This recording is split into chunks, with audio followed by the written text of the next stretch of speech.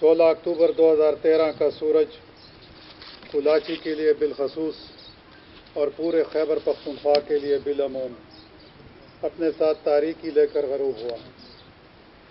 جب اپنے بنگلہ میں لوگوں سے عید ملتے ہوئے سردار اسرار اللہ خان گنڈاپور ایک خودکش حملے میں شہید ہوئے۔ آپ کے ساتھ آپ کے حلقہ کے 6 آدمی شہید اور 13 آدمی زخمی ہوئے۔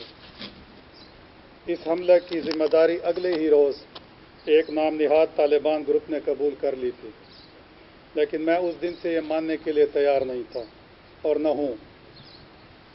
یہ خودکش حملہ نہ مذہبی تھا، نہ ذاتی دشمنی کا نتیجہ، بلکہ یہ ایک سیاسی دہشت گردی تھی۔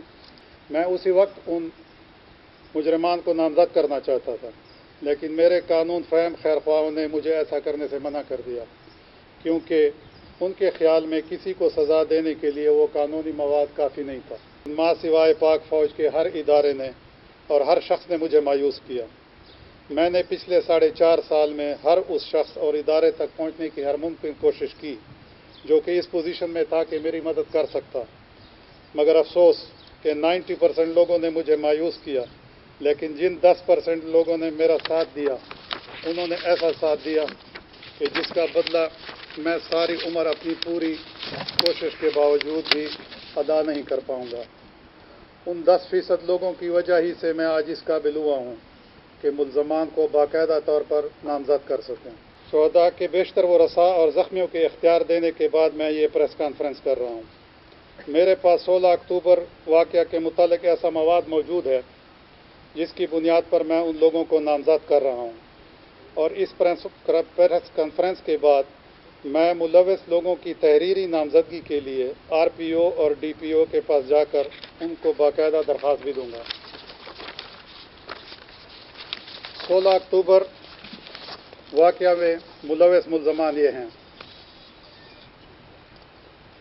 علی امین، سابق وزیر مال، ولد میجر ریٹائرڈ امین اللہ Gandapur, college road, Dera Ismail Khan. Number 2، عمر امین، تحصیل ناظم ڈیرہ، ولد میجر ریٹائرڈ امین اللہ Gandapur, college road, Dera Ismail Khan. Number 3، زاہد الرحمان، ولد عبد الرحمان، مرحوم، قوم اختیار خیل، سکنہ ٹکواڑہ، تحصیل کلاچی۔ ان سیاسی دہشت گردوں نے سانحہ 16 اکتوبر 2013 کو فلی فنڈ کیا، پلاننگ کی اور 7 بے گناہ افراد کو شہید اور 13 کو زخمی کرایا۔ نامزد ملزمان میں سے کسی نے فائنانسر کا کردار ادا کیا، تو کسی نے سہولت کار کا اور کسی نے منصوبہ ساز کا، وغیرہ وغیرہ۔ سیاسی دہشت گردوں نے ہمارے پورے خاندان کو اڑانے کی منصوبہ بندی کی تھی۔ امین برادران ہمارے پورے خاندان کو اڑا کر اور اسے ملک میں جاری دہشت گردی کا رنگ دے کر اپنے لیے سیاست کا راستہ صاف کرنا چاہتے تھے، کیونکہ باوجود لاکھوں جتن کے یہ لوگ 1985 سے 2013 تک مسلسل ہار رہے تھے۔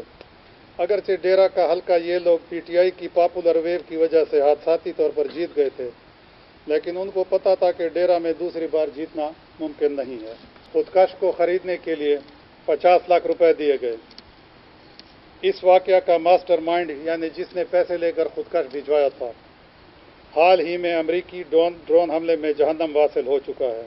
امین برادران کے دہشت گردوں سے برس ہا برس قائم تعلقات کوئی ڈھکی چھپی بات نہیں۔ اس کا ثبوت آپ کو حساس اداروں ISI، IB اور اسپیشل برانچ وغیرہ سے بآسانی مل سکتا ہے۔ اس پریس کانفرنس کے بعد عمران خان کی زندگی کا اصل امتحان شروع ہوگا، اور وہ امتحان ہے اس کی اصول پسندی کا، اس کی ایمانداری کا، اس کی غلط لوگوں کی امداد نہ کرنے کا، اس کی شفافیت کا، اس کے انصاف کا، اور سب سے زیادہ اس کی ساکھ کا۔ عمران خان جو کہتا ہے کہ میں چوروں، ڈاکوؤں، ظالموں اور قاتلوں کا ساتھ نہیں دے سکتا، تو میں اس پریس کانفرنس کی وساطت سے عمران خان سے مطالبہ کرتا ہوں کہ اصولاً وہ تمام لوگ جو اس کیس میں نامزد ہو رہے ہیں ان کو 24 گھنٹے کے اندر PTI سے نکال دے، اپنے آپ کو ان سے لاتعلق کرے اور برسر عام 16 اکتوبر واقعہ کے شہداء اور زخمیوں کے ساتھ کھڑے ہو کر ان کے زخموں پر مرہم رکھیں۔